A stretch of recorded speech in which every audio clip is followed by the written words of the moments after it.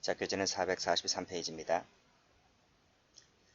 제목이 이 주식의 이중양도 사건이죠.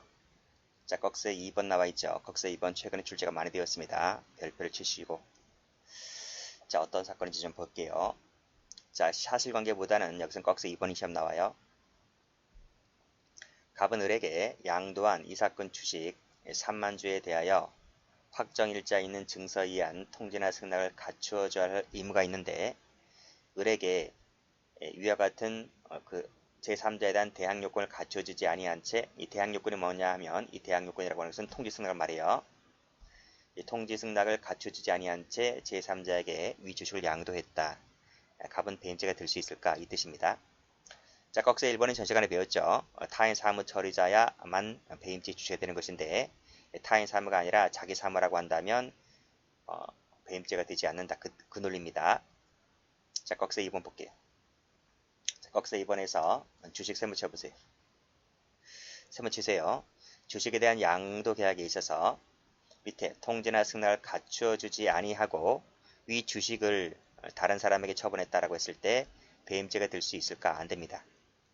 자, 시험은 요 세 줄밖에 안 나와요. 왜 안 될까? 자, 그 이유가 여기 나와 있죠.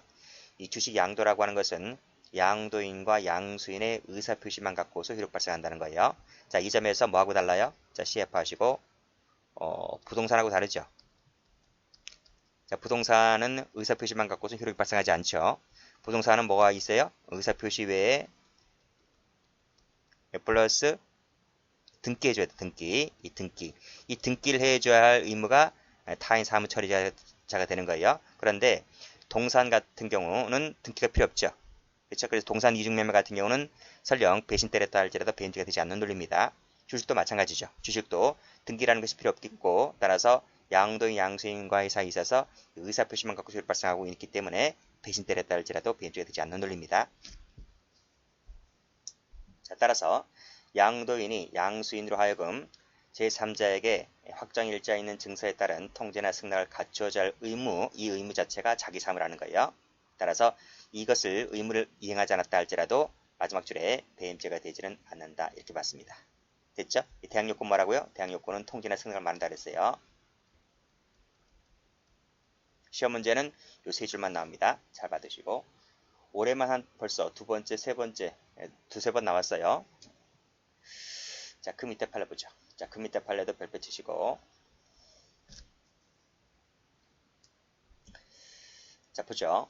갑은 A 회사로부터 이 버스 구입 자금을 이 자금을 대출받으면서 이 버스의 저당권을 설정했다. 왜 저당권 설정하죠? 돈 못 받을까봐, 그렇죠? 돈 못 받을 것을 대비하기 위해서 버스에다가 담보권 설정해 놓는 거예요. 그래서 돈 못 갚게 되면 마지막 채권자가 이 버스의 저당권 실행을 해서 이 버스를 처분해서 원금과 이자를 받게 되는 거죠. 자, 그런데 이 갑이 이 버스를 보관해야 할 의무가 있음에도 불구하고 이를 다른 곳에 처분했다. 갑은 배임죄가 될 수 있을까? 이런 말입니다. 될 것 같아요? 안 될 것 같아요? 옛날 판례에 따르면 배임죄가 되죠. 근데 판례가 변경됐습니다. 지금 배임죄가 안 돼요. 그 논리가 뭐냐면 이게 자금이라는 거지. 이게 뭐죠? 이게 금전채무죠. 금전채무예요. 이게 주된 채무죠. 주된 채무고 버스에 저당권 설정하는 것은 가장 마지막에 하는 거죠. 이건 자금 확보 차원에서 하는 거잖아요. 그렇죠? 따라서 이 채무자 갑이 돈이 있으면요. 굳이 버스에 저당권 실행할 필요 없죠. 그렇죠? 그러니까 갑이 돈이 충분히 있으면 그 돈으로 원금 이자를 갚고 채권 채무 관계를 해제시켜버리면 되는 거죠. 그렇죠? 따라서 이 갑이 이 버스를 처분했습니다. 그럼 대금이 나왔을 거 아닙니까? 버스 대금이 나오잖아요. 그렇죠? 돈을 받았을 거 아닙니까? 이 돈을 가지고 빚 갚아버리면 되는 거예요. 빚 갚아버리면 원금과 이자를 갚아버리면 채권자는 할 말이 없잖아요. 그렇죠? 따라서 이걸 처분했다 하더라도 이 자체만 갖고서는 배임죄가 되지 않는 거죠. 그렇죠? 그렇게 보시면 돼요. 자, 다음 페이지 한번 가보면 이 금전채권 채무관계 나와 있죠? 금전채무 보세요. 금전채권 채무관계에 있어서 밑에 금전채무 이행은 어디까지나 채무자 자신의 급부 의무 이행이다 하는 거죠. 그렇죠? 자, 다시 한번 가보세요. 여기 버스 자금 예를 들면 1억을 빌려받았잖아요. 1억을 대출받았잖아요. 그럼 1억하고 원금 돈이 있으면 갚으면 되고요. 정 돈이 없으면 버스 팔아서 갚으면 되는 거예요. 그러니까 버스 팔아서 갚을까? 아니면 내가 여윳돈이 있어서 원금이자 갚을까? 그건 내 맘이라는 거죠. 그쵸? 타인 사무가 아니라 어디까지나 뭐다? 자기 사무다 이 뜻입니다. 따라서 채무자가 금전 다시 한번 세무 쳐보시고 금전 채무를 담보하기 위해서 그 소유의 동산에 즉 버스에 대하여 저당권 설정했다 하더라도 이게 동산인지 부동산 상관없습니다. 뒤에 부동산 판례 나올 거예요. 가장 중요한 것은 이 금전 채무 담보인 거예요. 금전 채무를 담보하기 위해서 동산에 대해서 저당권 설정해 주었다 할지라도 이 금전 채무 이행은 어디까지나 뭐다? 채무자 자신의 급부 임무 이행이다. 이 뜻이 자기의 사무 처리이다. 이 뜻입니다. 따라서 여기 자신의 급부 임무 나와 있죠? 이기 때문에 밑에 줄 타인 사무 처리가 되질 않는다. 따라서 채무자가 담보물을 제3자에게 처분했다 하더라도 배임죄가 되지는 않는다. 이 뜻입니다. 자, 밑에 꺽쇠 2번 역시 똑같죠? 논리가 금전 채무 세무 치시고 금전 채무를 담보하기 위해서 역시 동산에다가 저당권 설정해 놓았는데 제3자에게 처분했다 하더라도 같은 논리로 배임죄가 되지를 않는다. 이 뜻이에요. 과거에는 배임죄가 된다고 했었는데 다 바꾸겠다는 겁니다. 자, 그래서 맨 밑에 각주 나와 있죠. 자, 이 동그라미 1번 옛날에 한 번 나왔고요. 동그라미 2번 옛날에 2번 나왔는데 이 판례가 지금은 다 배임죄가 안 됩니다. 그래서 문제집을 풀거나 지금 만약에 새로 이 모의고사에서 이런 판례를 낸다 하더라도 판례가 다 바뀌었기 때문에 지금 배임죄가 되지 않는다. 이렇게 정리하셔야 돼요. 그래서 동그라미 1번을 보시게 되면 금융기관에 대한 피담보 채무를 이행인수하였다 했을 때 금융기관 세무 주시고 즉 금전채무를 졌다 이 뜻입니다. 돈 얼마를 대출받았다 이 뜻이에요. 그랬을 때 밑에 이 임무에 봐요. 이 공장기계를 제3자에게 처분했다 하더라도 배임죄가 되지를 않는다. 동그라미 2번도 자금 대출받았죠? 자금 세무 주시고 금전채무입니다. 그랬을 때 이 일을 성명불상자 제3자에게 이타동차를 팔았다는 거예요. 양도담보 설정해놓고 팔았다는 거예요. 그랬을 때 역시 배임죄가 되지를 않는다. 아시겠죠? 지금은 배임죄가 안 됩니다. 배임죄 X 안 돼요. 아시겠죠? 자, 다음 페이지 가볼게요. 자, 이 판례도 올해 출제가 많이 되었어요. 크러쉬 사건 의도별표. 물론 이제 크러쉬 사건이 이제 여기 꺽쇠 2번이죠? 꺽쇠 2번입니다. 꺽쇠 1번도 좀 봐두셔야 돼요. 자, 올라가 보시면 역시 이 갑은 은행으로부터 1억 5천만 원을 대출받았다. 그쵸? 요 1억 5천이 바로 뭐죠? 금전채무죠. 금전채무. 자, 대금을 완납할 때까지 위 크러셔를 양도담보로 제공하라는 계약을 체결했음에도 불구하고 결국 다른 사람에게 팔았다. 배신 때렸죠? 배임죄가 될 수 있을까? 안 됩니다. 왜? 금전채무니까. 자, 그래서 요 밑에 가보시면 꺽쇠 2번 나와 있죠? 금전채무 세무 치시고 자, 동산이든 그쵸? 동산이든 주식이든 그쵸?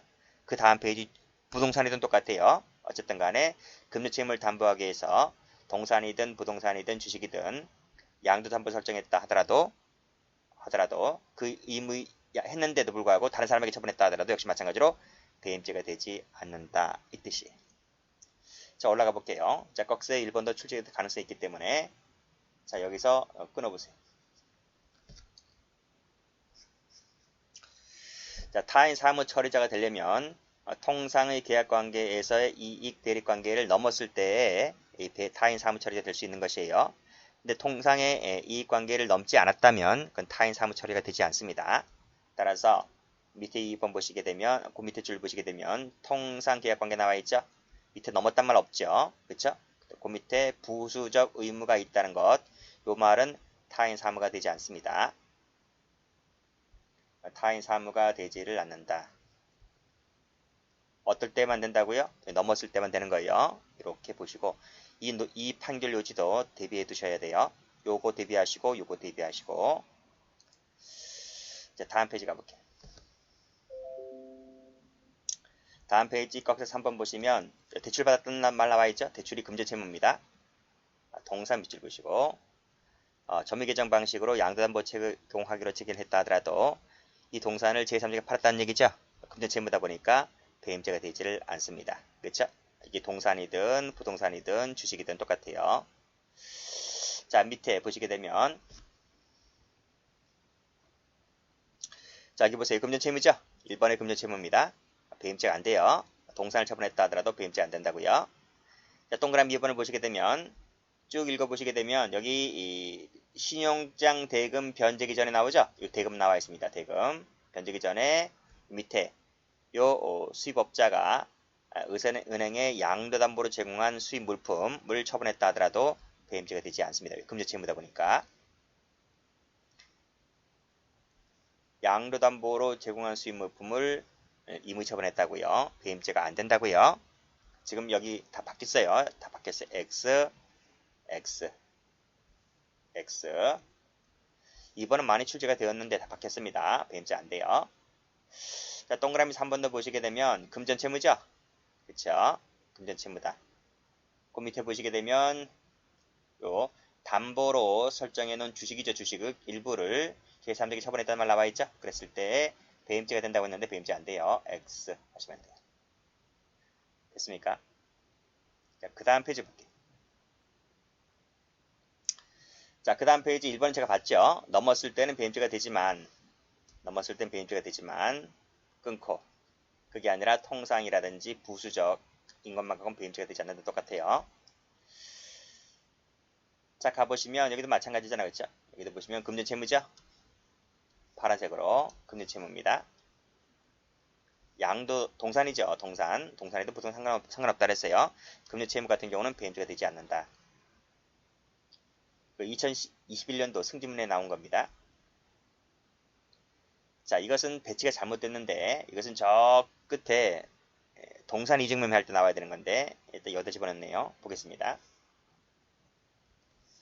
자, 버스죠. 버스 한 대를 3,600만 원에 매도하기로 하여 중도금까지 받았어요. 근데 을에게 해주지 않고 병에게 해줬다는 거죠. 그쵸? 그치?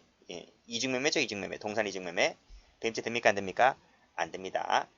부동산이 아니기 때문에 뒤에서 따로 배울 거예요. 자, 밑에 동산 이중매매 계약이네요. 동산 세무 치시고 다른 곳에 처분했다 하더라도 배임죄가 되지 않습니다. 자, 그 밑에 꺽쇠 2번에 등기 등록을 요하는 동산이죠. 동산. 다른 곳에 처분했다 하더라도 배임죄가 되지를 않습니다. 됐어요? 됐어요. 자, 이 논리는 저 뒤에 부동산 이중매매 배우고 나서 동산 이중매매 할 때 그때 설명드릴 거예요. 여러분 교재는 페이지 485페이지 이렇게 적어 놓으시면 돼요. 자, 그 다음 페이지 볼게요. 자, 이것도 중요하죠? 별표 쳐보세요. 자, 여기 보시면 18억 원이죠? 18억 원이 뭐라 보여요? 18억 원이 밑에 보시면 금전채무예요. 금전채무시고. 자, A 소유 부동산 아파트죠. 아파트에 사순위 근저당을 설정해 주기로 하였음에도 불구하고 제3자에게 사순위 근저당을 설정해 주었다는 겁니다. 배임죄가 될 수 있을까? 아파트가 부동산이죠. 자, 그런 얘기입니다. 그래서 금전채무를 담보하기 위해서 여기 부동산 나와 있네요. 부동산. 동산이든 부동산 상관없다 그랬습니다. 마지막에 타인 사무가 되지를 않는다. 따라서 채무자가 제3자에게 먼저 담보물에 관한 저당권을 설정하거나 양도하는 등 담보가치를 감소시켜서 위험 처리했다 하더라도 배임죄가 되지 않는다. 역시 금전 나와 있죠. 금전. 부동산. 역시 배임죄 안 되죠. 여기 18억 원이니까 금전 채무죠. 부동산 아파트 나와 있죠. 제3자에게 사순위를 해주었다 하더랬을 때 결국 타인 사무가 되지 않는다. 배임죄가 되지 않는다. 이 뜻입니다. 요 꺽쇠 1번 같은 경우 요 마지막 줄이죠. 요 마지막 줄. 요거 이제 2021년도 올해 승진에 나왔던 거예요. 그래서 요 판례 때문에 폐기가 된 판례들 나와 있습니다. 자, 요거 이제 예전에도 출시가 많이 되었지. 별표 3개짜리. 이게 다 바뀌었습니다. 그래서 보시게 되면 자, 부동산의 피해자 명의 근저당권을 설정해 줄 의사가 없음에도 불구하고 피해자를 속여서 근저당권 설정을 약정해서 금을 편취했죠. 금을 편취죠. 이 금전 채무죠. 라고 했을 때 사기죄와는 별도로 배임죄가 된다 했거든요. 여기 밑에 배임죄가 된다 그랬거든요. 이거 별죄가 된다 그랬잖아요. 그렇죠? 근데 이것을 바꾸겠다는 거예요. 지금 배임죄가 안 됩니다. 안 된다. 뭐밖에 안 돼요? 사기죄밖에 안 돼요. 그래서 예전에는 불가불적 사후행위가 되는 것이 아니라 별죄, 즉 경합범이 된다고 봤는데 지금은 배임죄 자체가 되지 않다 보니까 사기죄밖에 되지 않습니다. 이것도 조심하셔야 돼요. 여기까지 합니다.